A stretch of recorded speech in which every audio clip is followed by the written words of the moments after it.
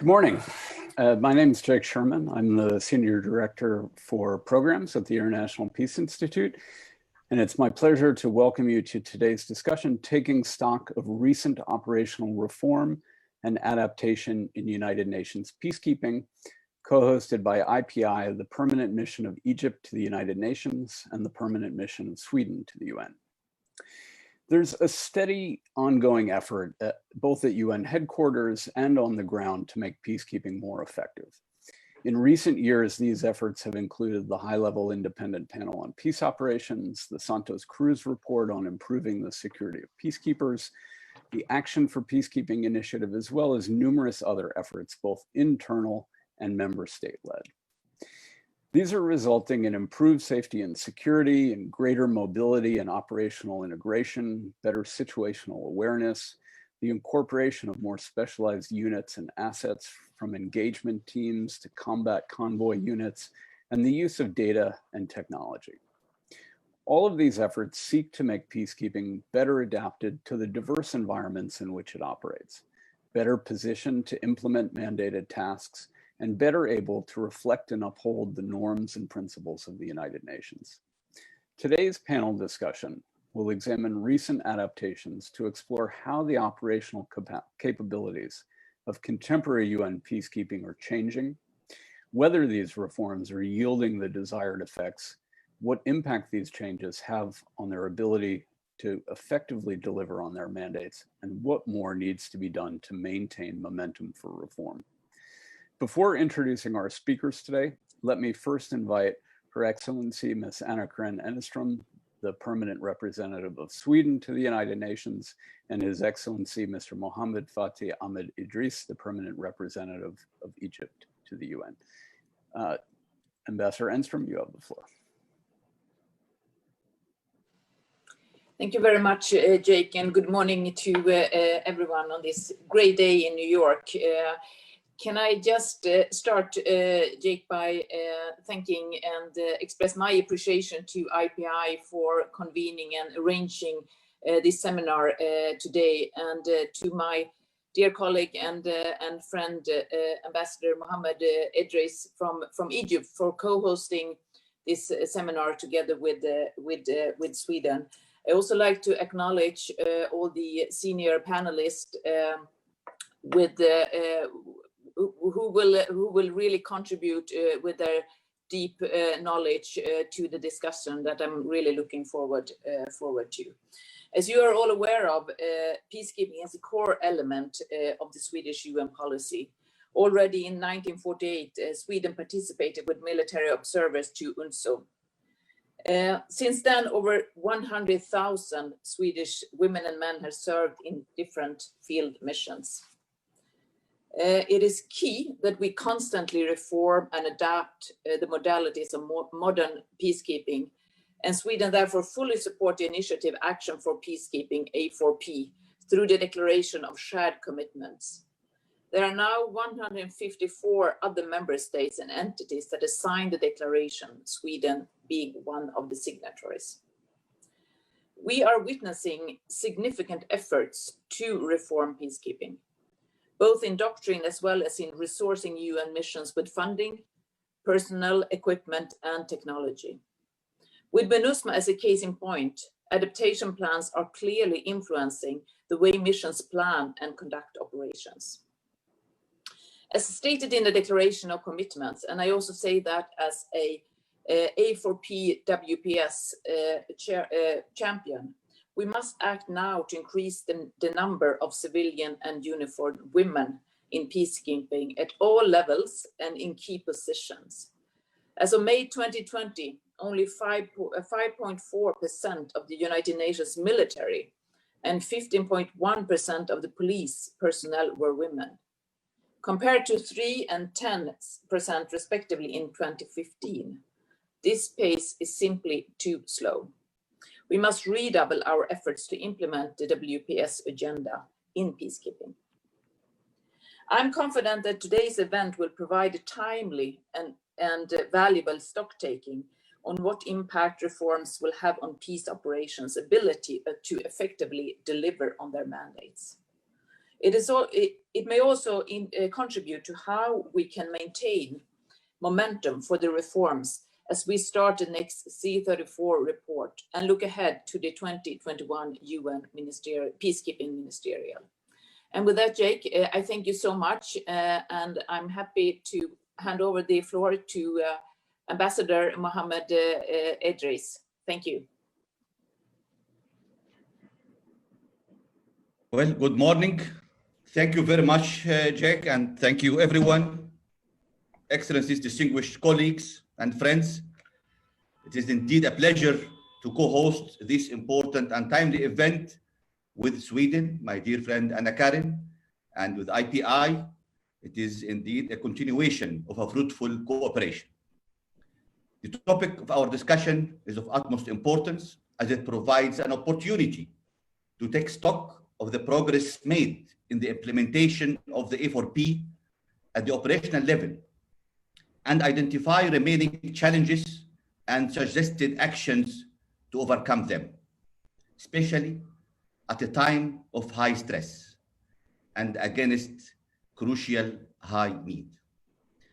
We recognize the vital importance of addressing the operational aspect of peacekeeping reform. However, this must be anchored in a broader political strategy that be designed and reviewed by the UN Security Council. As such, mandates must be tailored, sequenced, and adaptable to political and operational realities on the ground. Therefore, I cannot emphasize enough the importance of embracing the ongoing reforms. This approach touches upon political and operational realities, priorities, set of implementing the mandate, adequacy and appropriateness of resources, and clear political strategy and objectives of the operation. In this connection, I wish to recall the valuable contribution of the Cairo Roadmap that aims to ensure a balanced, concurrent, and mutually reinforcing implementation framework for the shared commitments. This roadmap is widely recognized across regional groups and was recently endorsed by the AU Peace and Security Council as an African-led and owned initiative. Distinguished colleagues and friends, the COVID-19 pandemic has changed the peacekeeping reality, and worsened the already complex environments where peacekeepers are deployed. This new reality requires more collective efforts from all peacekeeping stakeholders to adapt and further advance A4P implementation. As we embark on the preparatory phase of the 2021 Peacekeeping Ministerial, it's incumbent on all of us to take this important agenda forward and maintain the momentum on A4P. In conclusion, I'm looking forward to hearing and benefiting from the valuable contributions and reflections of our colleagues from the field, MINUSMA, MINUSCA, the Secretariat, and my dear colleague and brother, Ambassador Ihab Awad, who will provide a major DCC, PCC perspective to our discussion. Thank you very much. Thanks so much to you both. Let me now introduce our speakers. First up will be General Dennis Gillenspoor, the Force Commander of the UN Multidimensional Integrated Stabilization Mission in Mali, MINUSMA, where he served as Force Commander since August of 2018. Next will be Ms. Rania Dagash, the Chief of Policy and Best Practice Service in the UN Department of Peace Operations.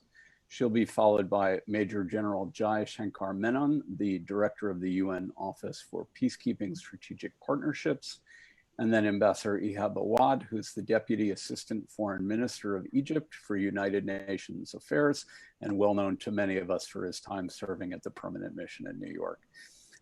General Gillenspoor, over to you. Thank you, Excellencies, distinguished participants. Thank you for this opportunity to take part in this conference.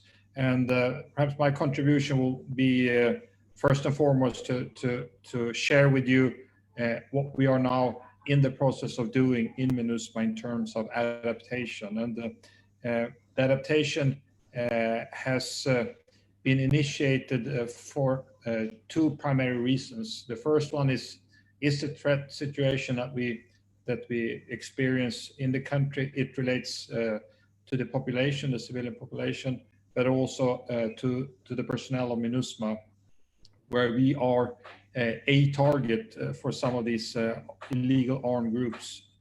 And also, more recently, the very fluid situation that we have at the political level, with the coup in August, translating also in some respects to unrest on the ground. The second reason why adaptation was necessary for us was the fact that the Security Council decided in its most recent mandate renewal that we would have an additional strategic priority to focus on the center as well, the center of the country, in addition to support the implementation of the peace accord. So basically, we have to do more with the same resources that we have at our disposal, because there was no added resources that came with this priority. And the Security Council also outlined the need for doing an adaptation, and a mission-wide adaptation. And it's not just the military part, not just the force, but all the pillars of the mission. And now we are in the process of implementing the COVID-19 situation. Obviously provides an obstacle, a delaying factor to this implementation.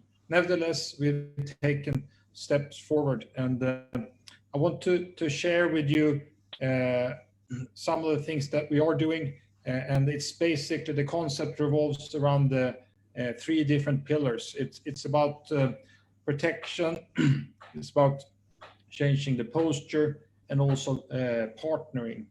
And when it comes to the posture, we are now changing the posture, particularly with regards to the force. And in addition to what could be framed as traditional peacekeeping, with infantry battalions providing area coverage and having a very good understanding of what is happening on the ground, we're adding a mobile component to the force, so that we can complement by concentrating forces to certain areas during a limited time. And that is necessary to be able to cover the two strategic priorities. And from that point of view, we have also in the process of generating new and getting new capabilities, more aviation, more intelligence collection assets, to make sure that the composition reflects this new posture. And at the same time, because we are at the same force level, same force cap, we are reducing some of the units that are and have been in the mission for quite some time. So it is a change in the composition. But it's also a change in mindset for us to conduct our operations more proactively and engaging with the population, engaging with other stakeholders, and leading the way if needed. The other point then on protection is a much more focused approach on being population centric, and to take that as the point of departure for what we're doing. And we are, from the military point of view, operating much more from temporary operating bases, ensuring that we will have soldiers on the ground present continuously in the vicinity of exposed villages, exposed areas where the threat to this population is deemed imminent. And we also make sure that we employ intelligence as a driving factor for operations, and the ability to protect has to start with a good intelligence assessment from all components of the mission. And very briefly on partnering, this is a way to leverage the efforts of the mission, making sure that in particular the Malian authorities, civilians and military, are stepping up and extending their responsibilities in the areas that are threatened, and also making sure that we coordinate with our partner forces, the Malian forces, and we have the G5 Sahel cooperation also operating on the ground. And the mission has also a quite extensive mandate to provide support to these forces so that they can continue to develop their capacity and ultimately take over more of the security responsibilities. We are at the very beginning of this adaptation. It's early to make any judgment whether this will be successful. We are still confident that we are moving in the right direction. The fact that we are able to respond more quickly and to have options for decision makers, for SRSG, more options than before, I think is a strong indicator that this is the way forward. And also, as I'm just in an operation now in the center, to see the response from the population, from local leaders, when we are able to come in quickly, insert soldiers and provide some assistance, that is also a good indicator that this adaptation, the move forward, is indeed the right way to go. Thank you. Thanks so much, General. You raised quite a bit, even in discussing adaptation, that I hope we'll come back to, and that other speakers will touch on. But this idea of more mobile, more agile, more responsive operations that are intelligence-led. You talked about the overall shift in the composition of peacekeeping in response to changing demands, both in terms of security and expectations of the population, and the fact that increasingly that population is really the center of how the mission is orienting its operations. I'm going to turn now to Rania, who's going to share her perspective from UN headquarters. Rania, please. A good morning and a good afternoon to all of you. And I'd like to start by thanking IPI, Egypt and Sweden for hosting us today. A special thanks to you, Jake, not just for safeguarding the space for us to continue discussing important topics, but also to say that despite COVID and the virtuality, you have allowed us to continue these discussions. We do miss your physical table and lunches, but we are very grateful for today. I think it's quite opportune to have this discussion around adaptations, because we are collectively reflecting on what the future of peacekeeping may hold. And a big part of that is adaptations that we have to make to adjust to the new threat realities that we know will be with us for the next decade or more. Today, as the flag bearer of best practices for peacekeeping, I will flag operational reforms and adaptations in only two areas: protection of civilians and performance in new capabilities. And I'll also add a few thoughts on the upcoming peacekeeping ministerial. On POC, I think the main point I'd like to make is protection of civilians, while a core task and mandate in many of our missions, has been a center for innovation over the years, given the tremendous challenges that it faces, and I guess the need to do so with diminishing resources. So it evolves and continues to evolve. It is the primary responsibility of host countries to protect their civilians, and two, we will never have the full capabilities required to fully protect all civilians in a country. But nonetheless, I think our colleagues in the mission, the force commander and many included, and the contributions from General Menon as well, and our team in New York, do respond to those threats by innovating. I'll share an example in MINUSMA, where the mission recently developed an SOP on early warning and rapid response, just this June, actually, in a few months ago. What this SOP does is it puts in place two mechanisms that help us respond better. A rapid verification and dissemination of early warning information, which is critical based on what the force commander just said and the constant shifting nature of the threat, and a monitoring mechanism for rapid response.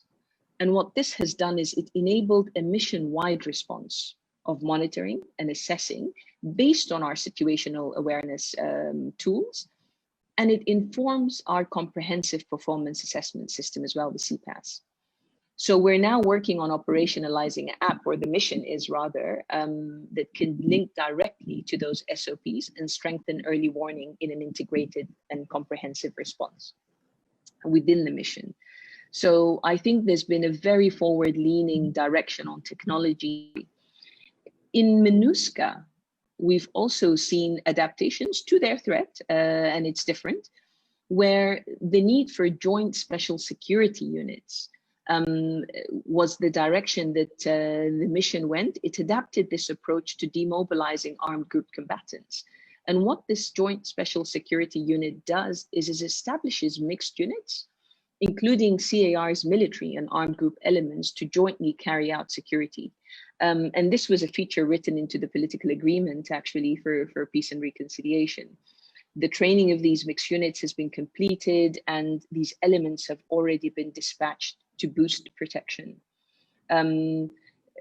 What's also been very interesting in this example is MINUSCA has built on that and worked with the national DDR program to disarm and demobilize elements, over 700 to date, and they're constantly sending these mobile teams to facilitate discussions with armed elements to encourage their willingness to commit to the process. Now, MINUSCA, on the other side, faces a slightly different type of threat also. And more recently, what we saw with the ADF activities is it's crossing the boundaries of our offices. Excuse me. So recently, their activities fall between the responsibilities of our Beni field office and our Bunia field office in the northern sector. And what this has led to is increased coordination on analysis, threat analysis, coordinated response between these field missions. And a senior management group on provincial protection was held. And this led the Force Intervention Brigade and the northern sector to strengthen their deployments and conducting of joint patrols. So we see these adaptations on context, honestly, on a very regular basis, and it certainly improves the way that we adjust and respond. Our performance, which we work on with the Office of Military Affairs and Police Division, has created these force commander evaluations of military units. It's been 2 years that we've been doing this and collecting data, and it's been 1 year for formed police unit evaluations. And these have been presented to our senior leadership on a very regular basis. We also have had a new system for the evaluation of peacekeeping hospitals, which we hope to launch very soon. And this will look at how well healthcare standards are being implemented, and more importantly, how the healthcare outcomes are. It may be a bit too early to tell exactly how these tools have impacted us or the effectiveness of our missions, but the preliminary results are very positive. And we certainly have, in certain missions where units have received low ratings, they've been put on performance improvement plans. So I think there's been significant improvements in our subsequent evaluations as well. The other thing that I think is really important to flag in this area is the work that the Strategic Force Generation Cell, which is co-managed, of course, with the Office of Military Affairs, continues to engage with member states on for the generation of new capabilities. Just 2 weeks ago, we organized a workshop for all member states on the use of quick reaction force companies in our missions. And we know that as overall troop levels decrease, the mobility and capability of the QRF companies is required for larger area domination.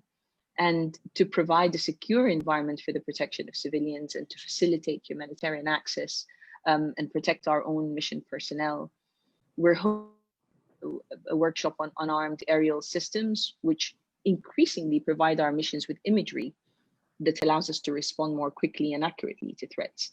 I think we are constantly adjusting and adapting in these areas, and we think that by generating and employing such new capabilities, we can adapt to the changing operational environments. Now, very quickly on the peacekeeping ministerial, I just want to flag that while these are all ideas of how we've adapted, we still continue to need a lot of support. And I think it's a helpful reminder to also note that the next peacekeeping ministerial will be in Seoul, Korea next April 2021.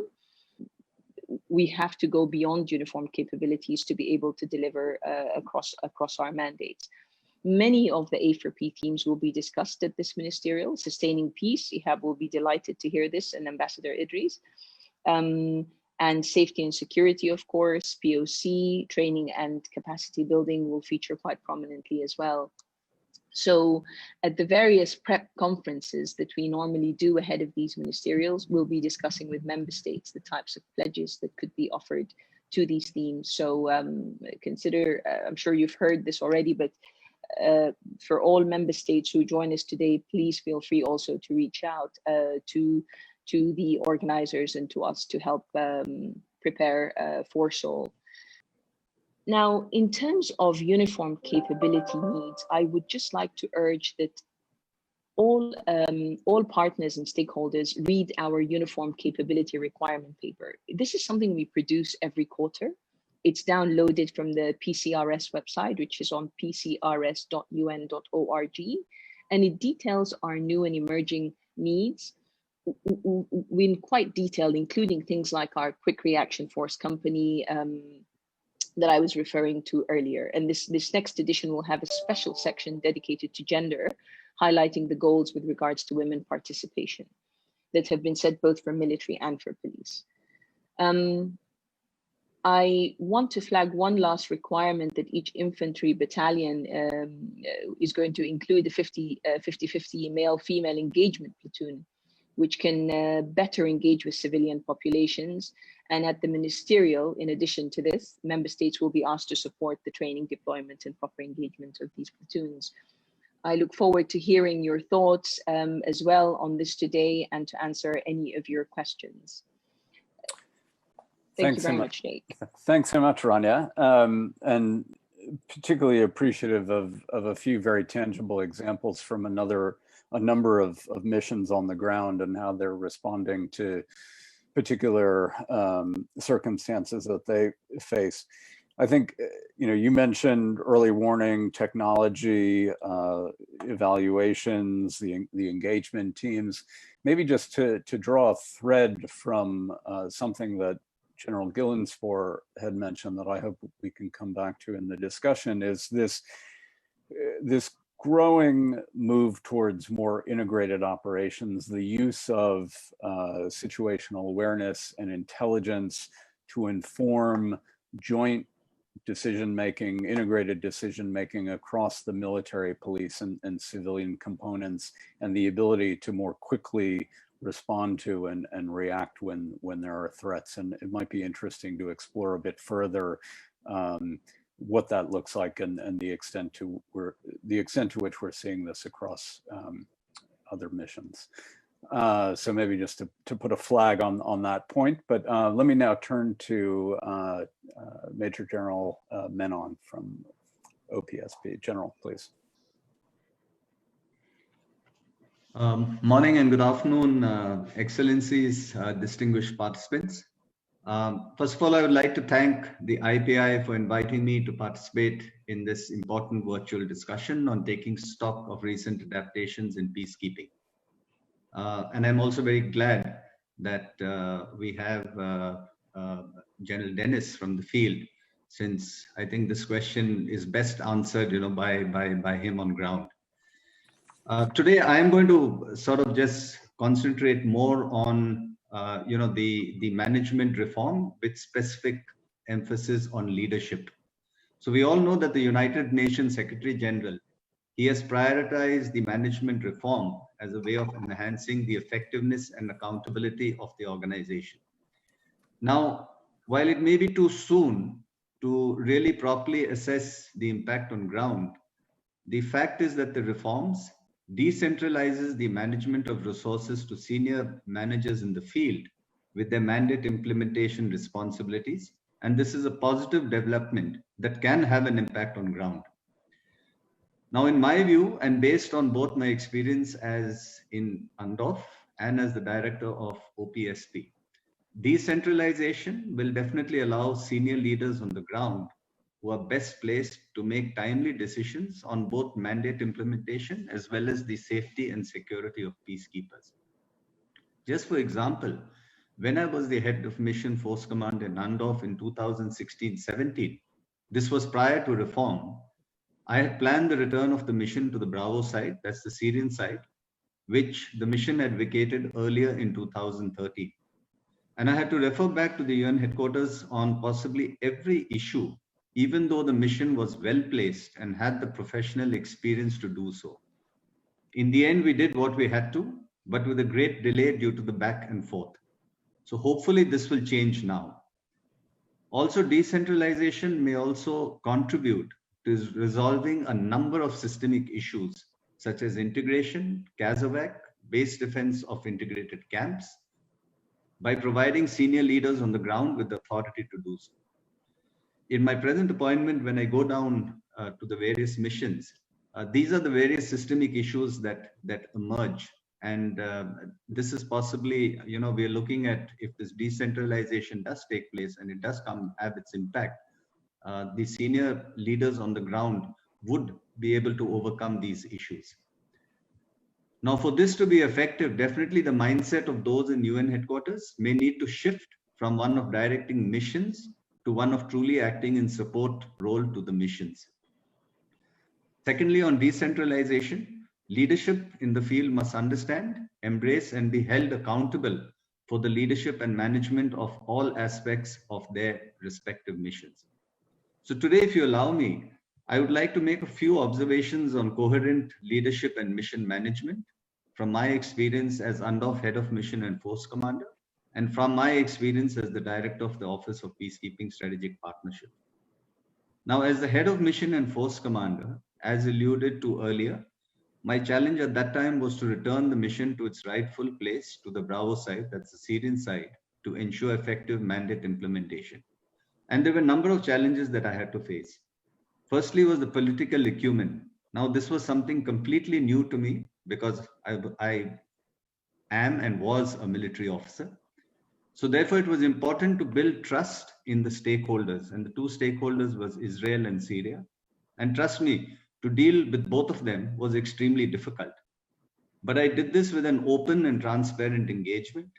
I got them to understand that there was no other agenda for me other than UNDOF returning to its rightful place and carrying out its mandated task. The second challenge to me was diplomacy, again, a little strange to me, where I had to garner support of various countries for the return to the Bravo side. And it was not only restricted to the two parties, that is Israel and Syria.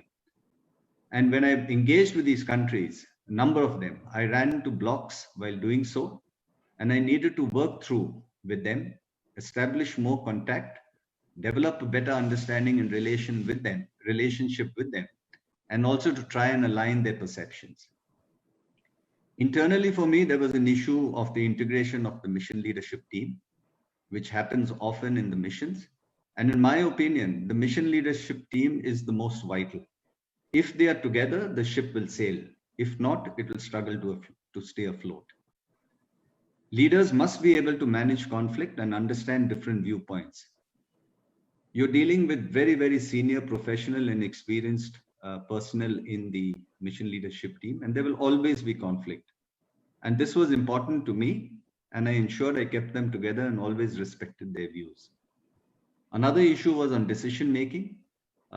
In my opinion, there should be absolutely no procrastination. Decisions must be given after due thought, but it must be capped with a limit of time and information. A bad decision may be better than no decision at all. In my present job, I often see a lot of systemic issues in the mission, like trauma care, base defense, integration, offices working together. And these often stem from a lack of giving simple and clear-cut decisions. As far as managerial skills is concerned, a head of mission must have managerial skills to run an organization. Only political acumen is insufficient. One of the biggest challenges is integration both within the mission and with other stakeholders, and it is the responsibility of the leader to ensure. This is very, very important. And a leader must be able to seize the opportunity. A leader must be flexible and adaptable, and he or she must seize an opportunity before the window closes. I have an example where I faced this when I was in Andorf, but maybe during the discussion stage, if it comes up, I will try to bring it up, but I will skip it now over due time. We had the opportunity, but the window closed. So most fears are unfounded, and the leader must have a risk appetite. And what is more important is that the organization must support the leader. There's no point having only the leader with the risk appetite, but the organization would have to support the leader in taking his or her decision. Now you can see many of the points mentioned from my two different experiences, they overlap and possibly define the leadership requirements of today's UN peacekeeping. The selection and preparation of a leader is vital. The correct leader for the task at hand. What is more predominant in the environment or situation? Is it political, military, humanitarian, etc.? These are some of the issues that need to be considered. In addition, leaders must be multi-skilled to run a multi-dimensional peacekeeping operation and must possess managerial skills. Leaders must preferably have previous UN experience to understand the organization, its functioning, and the myriad of policies, rules, and regulations. Trust me, this can be overwhelming. The number of policies, rules, and regulations that come flying at you if you're trying to head a mission. With the delegation of authority, SRSGs must be adept at financial and budget management. And looking at it now, there may be a tendency to still leave it to the DMS and the CMS, possibly due to insufficient knowledge in handling finances and budget. Leadership and mission management is one of the most important requirements to improve performance. We all know what needs to be done by who, the UN headquarters, the Security Council, and the member states. The challenges continue, in my opinion, to be how do we select the right leaders, especially given the political nature of everything that we do, and also the fact that United Nations does not have a career path for staff. Just talking of the career path for UN staff, let me give you two examples. One is a mission chief of staff. Now, mission chief of staff is one of the most important positions in a multi-dimensional peacekeeping operation. And the importance is only increasing as time is passing, because the chief of staff is now tasked with overseeing several integrated units, the JMAC, integrated planning units, and coordinating the various components of the mission, including the uniform. The role requires someone with a broad experience during their UN career to take such a role. However, the lack of a career path to diversify a staff member's experience presently limits this possibility greatly. The second issue is on the secondment system of requirement for senior uniformed staff. Recruitment of our uniformed personnel is limited to nominations from member states. Whatever comes from the member states, we take them, put them in a basket, and then we select from here. And this recruitment is for a limited duration, where there is no formal tracking of those that perform well, unfortunately. So someone who comes in, say, at the mid-level, he or she does well, he or she leaves, and then is forgotten and not kept in mind for future possible senior uniformed posts in the organization. So with this delegation should also come a discussion on how to select the right leaders. I will stop here, and I took you off a little off track, but I said, it's important also to talk on the leadership issues, and I will look forward to our discussions, as we move forward. Thank you very much. Thanks very much, General Menon. I mean, actually, I don't think you took us off track at all. I think the issue of senior leadership and actually the generation of future leaders throughout the organization has been a recurring theme when we speak about the effectiveness of peacekeeping. And I think the point that you raise about the management challenges and the responsibilities that are put on the SRSG and on the leadership team are worth repeating, where, I mean, this is often an individual or a team that's responsible for managing a often very difficult, fragile, if not stalled political process, managing a very large, diverse team that includes the military, includes police, includes civilians, and as you said, also having the knowledge and ability to manage often extremely large budgets and navigating the rules. So I think while there has been an attempt to professionalize the way that mission senior leadership has been recruited and trained, obviously, as you point out, I think this is an area that deserves more attention. So thank you. Let me turn to our final speaker, Ihab, Ambassador Awad. Please, you have the floor. Jake, and I would like to thank the permanent missions of Egypt and Sweden for co-hosting this very timely event, and of course, for IPI for continuing its excellent work on focusing our attention, collective attention, to the various aspects of peacekeeping reforms, and for keeping our eye focused on the implementation of the A4P agenda. So thank you for that.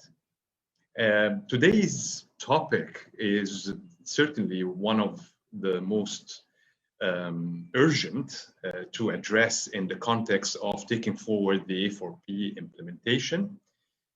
And I would like really to approach it from the perspective of a TCC, especially sitting at headquarters and receiving all sorts of reports and concerns from units, troops, and individuals on the ground. And I start by, of course, pointing to the implications of COVID-19 for peacekeeping, for those who were actually deployed on the ground, or actually for those who happened to be on leave at home and couldn't go back in time to assume their responsibilities. And there are all sorts of complications around that certainly have implications for the effectiveness of the performance of mandated tasks by peacekeepers. First of all, in terms of the safety of deployed peacekeepers, and of course, thankfully, there weren't too many outbreaks and too many cases recorded for COVID-19 contraction, but it happened, and it has caused distress and concern in TCCs and headquarters to try to manage the situation, and of course in cooperation with the mission leadership. And of course, this also had to do with the capacity of those peacekeepers deployed in these circumstances, the capacity to fulfill their daily tasks, given the restriction measures. There's all sorts of restriction measures. So those were certainly concerns that were reported regularly over the past few months, and have had implications for those deployed in the field. Came with it also the restrictions on rotation of troops, and its implications first for troop and police contributing countries, very stressful and prolonged deployment in the field, of course, in difficult situations. These people are not deployed in the Bahamas, and also the costly and somewhat complicated measures that followed the permission for rotation and for redeployment. Some of them are very costly for certain troop contributing countries. And some of it also are very specific, like sudden delays in scheduled flights, which means that rotation dates keep changing. And maybe those are maybe specifics, but for troop contributors, actually, it means a lot. And it takes a lot of time to think about how to handle and manage these complications, with a view to actually either retrieve your troops and individuals from the ground or to deploy new ones. But also the implication for the mission is the pressure to maintain a motivating and healthy environment in mission area. And that is something that I hope we can consider as part of today's discussion and topic.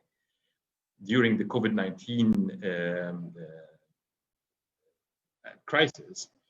And that definitely had an impact on effectiveness, and also the exploitation of armed and terrorist groups of the uncertainty surrounding mission performance. And we can definitely see that in missions, especially in MINUSMA, but also in MINUSCA.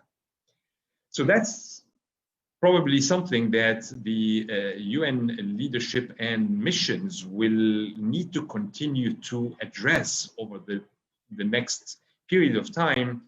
And it has a lot to do with the effectiveness and operational effectiveness and readiness of troops on the ground. So that's a dimension that I wanted to flag from a TCC perspective. The next dimension is the continuing safety and security challenges. As you know, that sadly, Egypt particularly lost one of its soldiers, and the other one was injured most recently last week in MINUSMA, and that has put into focus once again the threat of IEDs and increasingly endangering the lives of peacekeepers. And also, it has put into focus again internal mission operational challenges affecting flow of information, situational awareness, and early warning. We do recognize the need to continue to perfect some of our tools, as Rania rightly mentioned, and of course, General Dennis Gillenspoor, that this is work in progress, but actually while work is in progress, some lives get lost, and those are, always one life too many for peacekeepers. Linked to that, also the continuing challenge for effective medevac, and that has to do with the increasing operational capabilities and requirements in mission.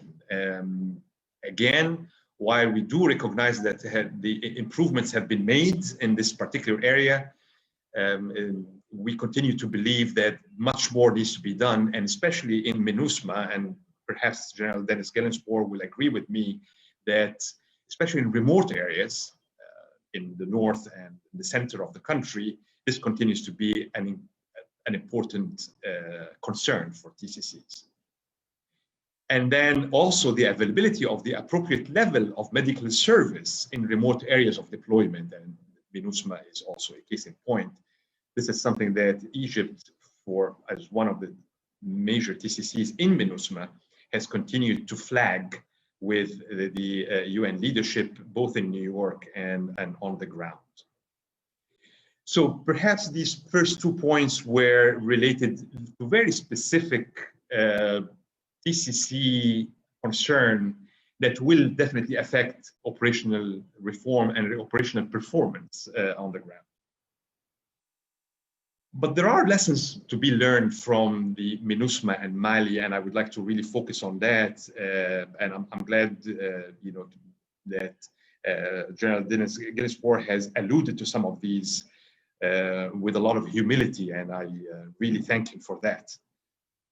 The MINUSMA adaptation plan was an important step forward to reorient the focus and operational capabilities of the mission. It's still work in progress, but given the recent political turmoil in Mali following the election, perhaps there is a need to continue to ensure that the adaptation plan is actually adapted to the emerging political and operational challenges facing the mission.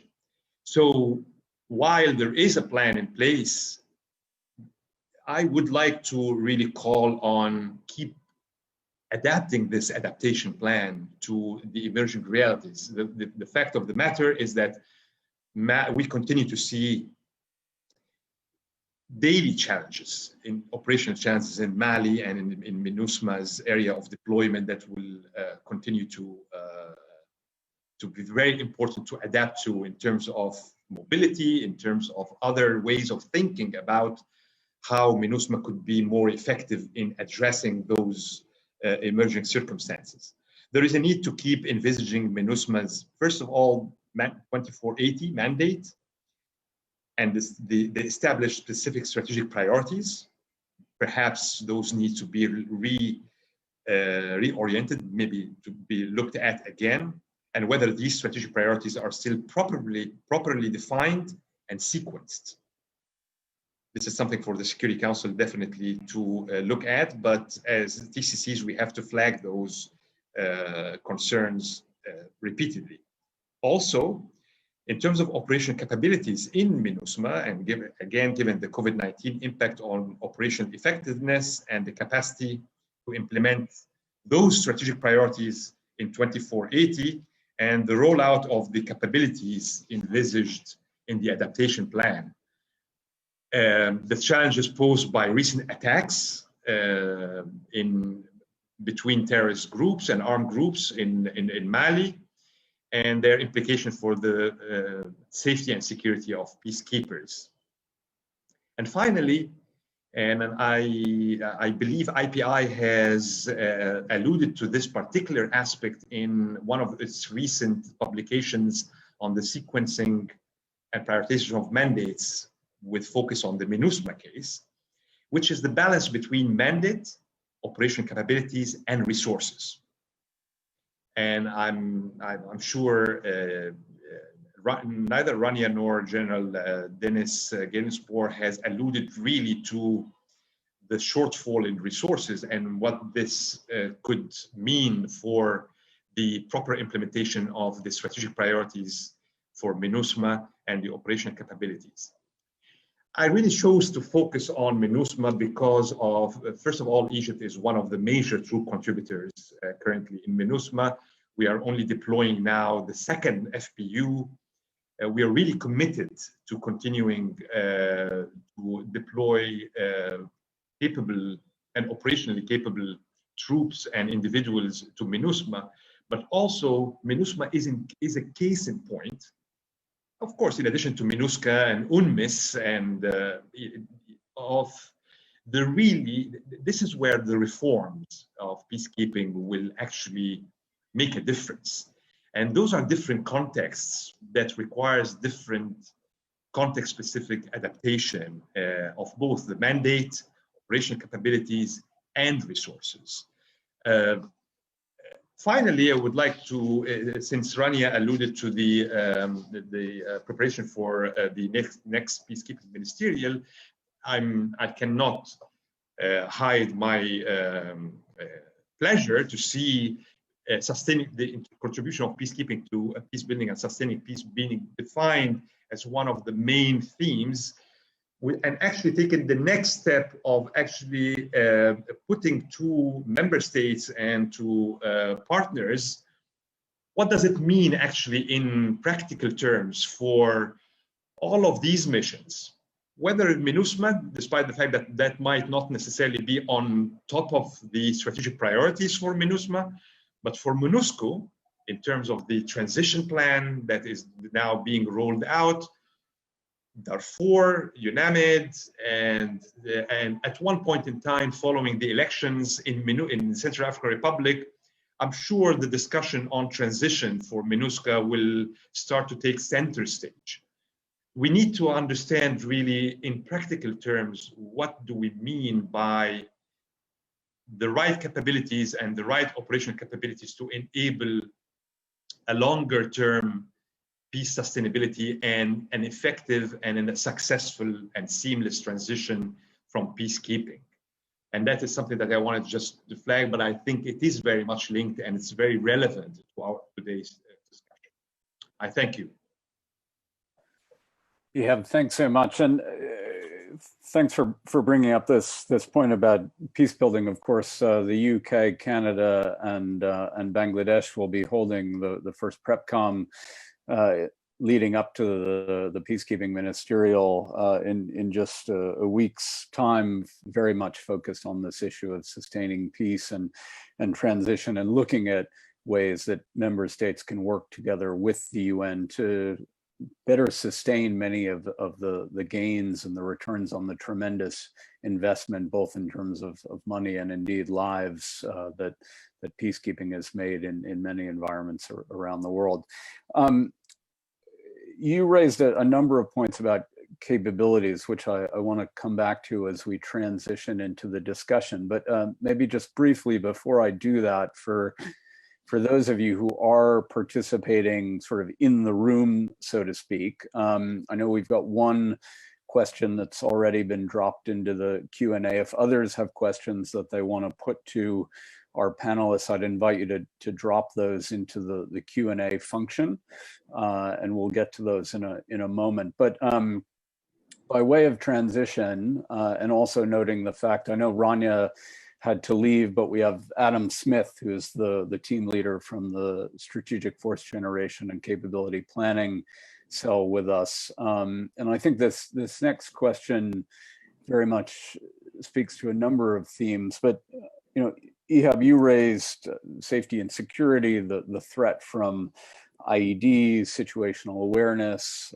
medical evacuation. Of course, one of the capabilities that Egypt has deployed in MINUSMA is a very impressive special forces unit. So the question I have to all of you is that, we've seen across a number of missions the fact that they now include specialized units and niche capabilities, things like intelligence, surveillance, reconnaissance units, engagement teams, which was mentioned by Rania, unmanned aerial surveillance, and particularly in Mali, capabilities like the detection of IEDs, advanced warning of incoming rocket and mortar fire on UN bases. So my question is, how widespread are these capabilities?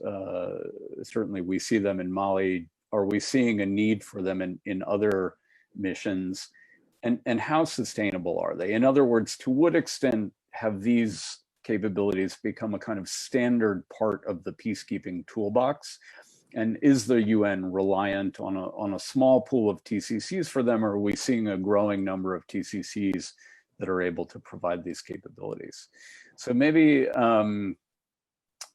why don't we start with that? We could go in the order of speakers. I know General Gillens for Mali in many ways has been kind of a testing ground because of the particular challenges that the mission faces. But I'd be interested for any thoughts that you might have on that. Thank you. Just a few comments from my side. When it comes to the security of peacekeepers, obviously a very important part of our mission to safeguard the livelihood for all our personnel. And when it comes to the exposure for the peacekeepers, there are really two areas where they are exposed. It's at the base camps and at logistical convoys. These are the areas where we are exposed, and the common denominator is predictability. Camp is well known, and it's easy to choose the time and location to attack, and the same with the logistical convoy. So we are in a challenging situation to sort of overcome the predictability. When it comes to the base camps, and as you alluded to, we've augmented them with a lot of technical measures, sensors of various kinds, and warning systems. And over the last years, I'm confident that this has played a key role in improving the security at base camps to save lives. We've had continued attacks, but not complex attacks for quite some time now, where the perpetrators are in the process of penetrating the camp. And we have few losses of peacekeepers at base camps over the last 18 months. So I would be a strong advocate to continue to make use of sensors of various kinds and alarm system to augment the security of base camps. This, of course, has to be complemented of active measures outside the camps with patrolling and so on, which we have also put an emphasis on. The other part is the convoys and the logistical convoys, and this is really a difficult and challenging mission to MINUSMA, and I concur with the challenges brought up here with regards to medevac and medical facilities. We have too few resources when it comes to the medical facilities to have a full-fledged support. We have delegated the mandate to execute the medevac or CASEVAC missions in order to improve the performance. One of the things that we want to change in the mission is to, rather than to have these static infrastructures built up, is to employ mobile forward surgical teams that can do damage control surgery, and to be where the troops are, be with the convoy, be with an operation, to take care of them in a qualified way early on. And this is a capability that we were not able to generate. There were no TCC that pledged these capabilities, and I think that it has utility for sure for MINUSMA, but perhaps also for other missions to be efficient in the employment of the medical capabilities. When it comes to adaptation, I would also concur the need to continuously adapt. And I see this as a two-tier approach, because how we employ our personnel, civilian and military and police, and how we go about doing things needs to change and adjust continuously. Then we have the other set of factors, and to generate new capabilities, to generate or change the units that we have employed. That is a longer term effort. It will take quite some time. And the same goes with the logistical support. So those aspects, even though they will be urgent and very much necessary, they, by experience, they take a long time to turn around. And that's something obviously beyond the scope of a mission, but that will be something to wish for from a mission perspective, to have a more agility in the way we can adapt forces coming in and to missions, to make sure that they are relevant based on the current security situation. Thank you. General, if I could, we've actually got a question in from the audience that in a way is a bit of a two-finger on the adaptation plan. It's coming from someone in the Office of Military Affairs, and the question is whether you have any recommendations for how those officers serving at OMA can help support the force adaptation plan, your MOEs, your MOPs, and results at the DPPA level. If you have any thoughts on that for colleagues backstopping you in New York. Well, I would say that they're doing a very good job, and I feel the support all the way to Bamako when it comes to the adaptation from OMA and others in the headquarters. So I'm very grateful for the work that they're doing in trying to generate the capabilities and adjust the memorandums of understanding, the SURs. It's been a tremendous amount of work being done in New York for us to adapt now.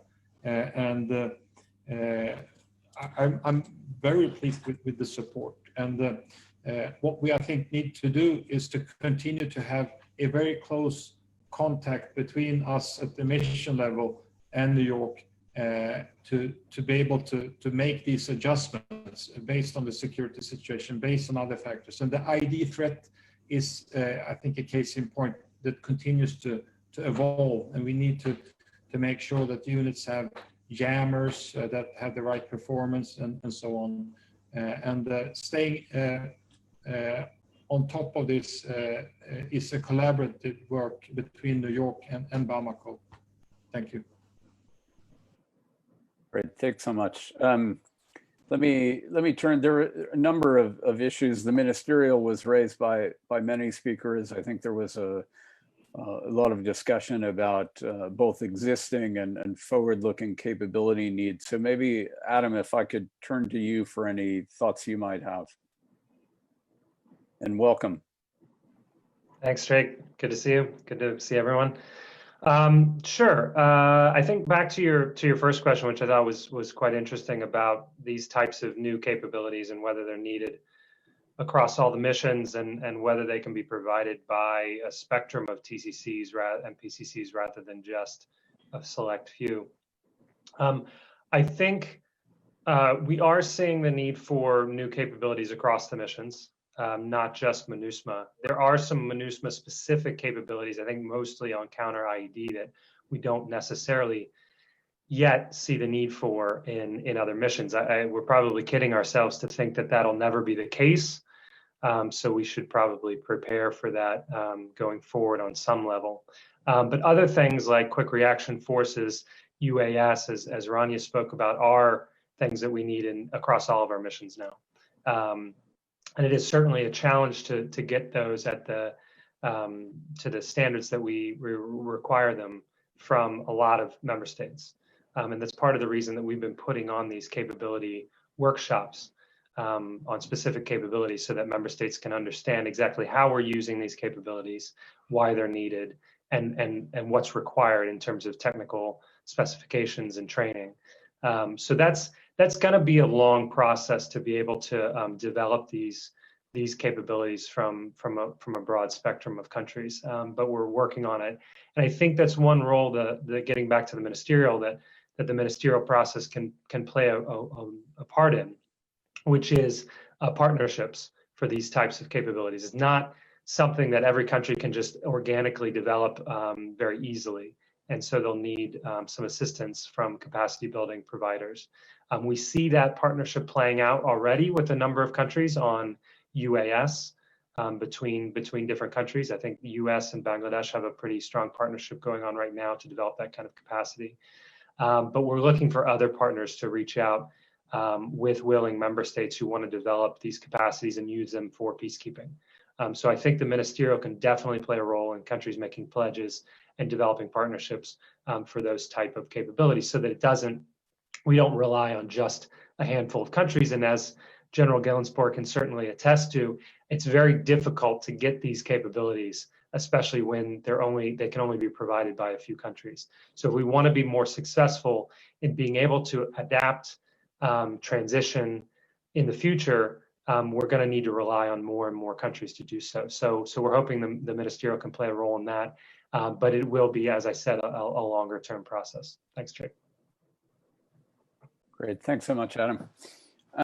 General Menon, I'm going to turn to you, but there's a question in from the audience from my former colleague, Glenn Sadowski at the US mission on the subject of leadership. And since you brought that up, I wanted to put it to you. And the question is, how can we ensure that the most competent and qualified candidates are selected for senior leadership posts, particularly at a time when we're seeing an increasing politicization in the selection of leadership and uniformed officers? Thank you, Jake, and thank you, Glenn, for the question. Definitely, I think I had alluded to it in my speech also, where I had said that political considerations they do come in, and I think it's always going to be an issue that will remain for the UN, because that's what the UN is. So that's a given that the political side has to be accepted. But definitely what one can do is that you can pick up competence. So even if if there is a geographical dimension to the selection, it doesn't matter, because there are professional people all over the world. So the selection can still be based on a geographical diversity, but definitely competence must be kept in mind. Now, what can be done is, for within the organization, that is within the UN, it's important that people are developed based on their competence to take on senior tasks. And one of the issues that which I'm new to the UN. I mean, I haven't spent that many years as most people have spent. But what definitely comes and what I hear is the lack of mobility, where staff are not moved around. So what is important is that you pick up competent people, say at the junior and mid-level, and ensure that those people, based on their performance reports, etc., who are very good, they are given opportunities to move from one appointment to another. For example, the chief of staff, who today is a very, very important appointment for any mission. And he or she must have that capability. You cannot just pick up a person who's been in one particular branch for a long time and say, okay, now you've been doing very well now, so go and become the chief of staff. It's not going to work. So when you the organization, there has to be mobility. There has to be sort of a career path that is made for its people, with specific emphasis on professionally competent people within the organization. And also for the uniformed, as I said earlier, that it's very important that as if you have to select someone for a senior position in a uniformed capacity, some sort of follow-up of that particular person, say at the junior mid-level, must be done. And say if that particular person does come into the UN, then the organization should have a system where you establish a database where you follow up that person. And then, of course, we also need the member states to also come in and support the organization for that. So, the officer, say from a particular country who's done very well, the organization must keep in touch with that member state, and the member state must also be equally, collaborative. That yes, we will provide this particular officer at a particular stage whenever you need. So you get you maintain the geographical, this thing that is important, but you get competent people to come in.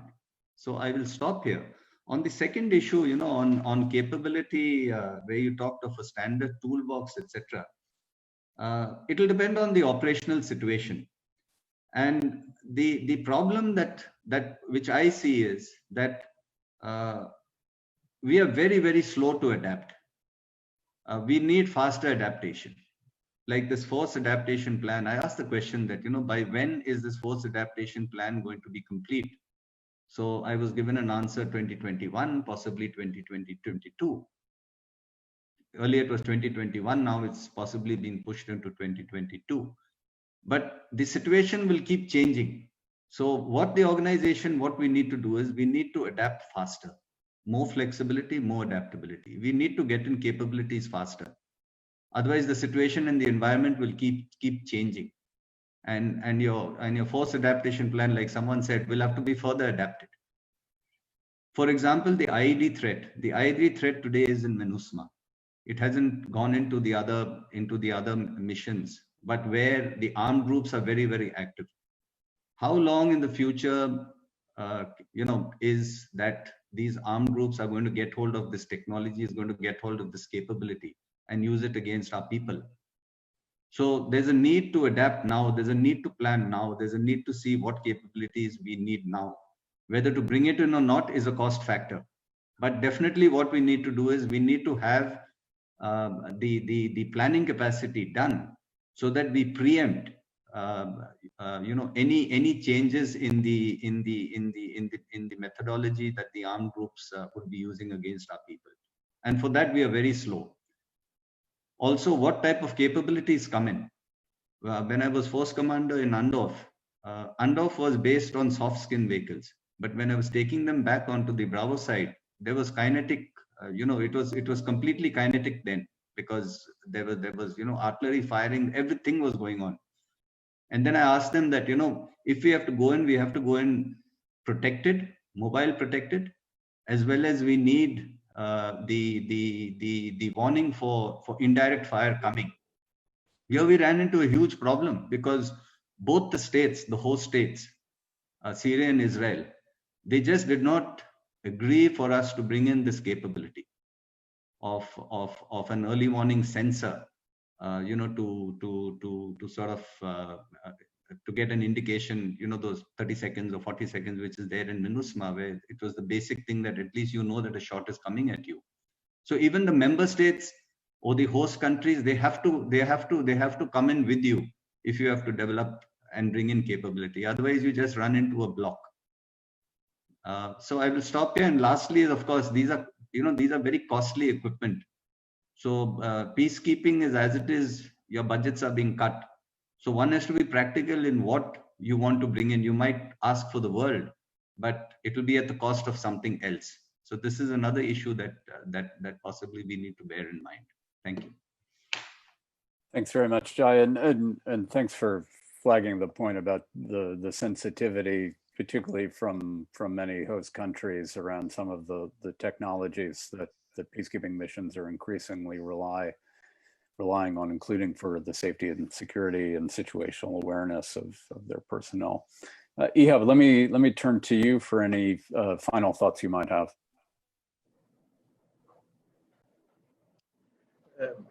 Thank you, Jake. I think we are all on the same page and actually recognizing the same challenges or have the same aspirations for what really would make a difference for on the ground for a successful or effective peacekeeping operation.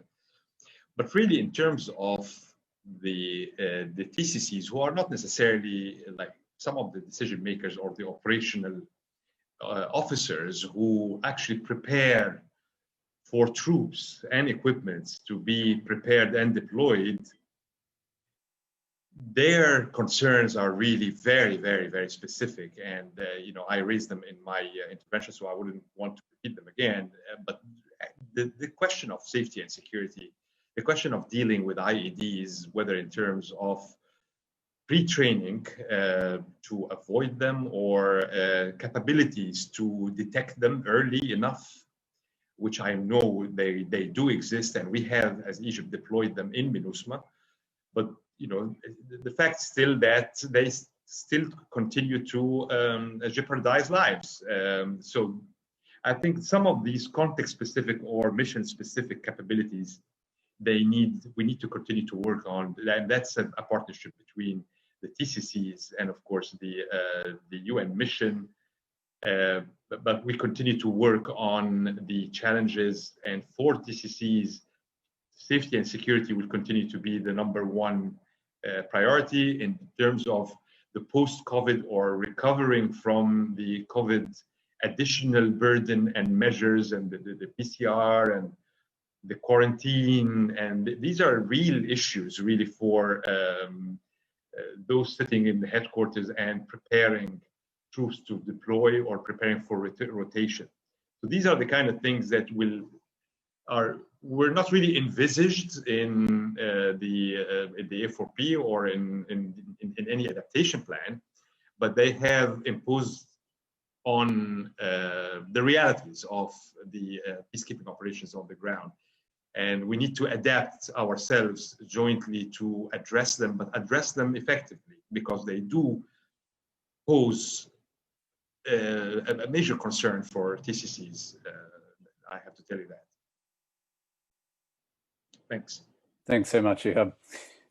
I think although there are a number of other questions in the box, I'm conscious of the time. We probably don't have enough time to do another full round. And I know many of you probably have 10 o'clock meetings that you need to get to and probably wouldn't mind a few minutes to prepare for those ahead of time. So I think maybe we'll draw a line under things here and end the discussion for today. But I want to thank all of our panelists, Dennis and Jai, who are still with us, Ihab as well as you, Ambassador Idris, and Ambassador Enstrom for co-hosting with us today. Thank you very much. And to all of you who might be watching, have a good rest of the day. Thanks so much.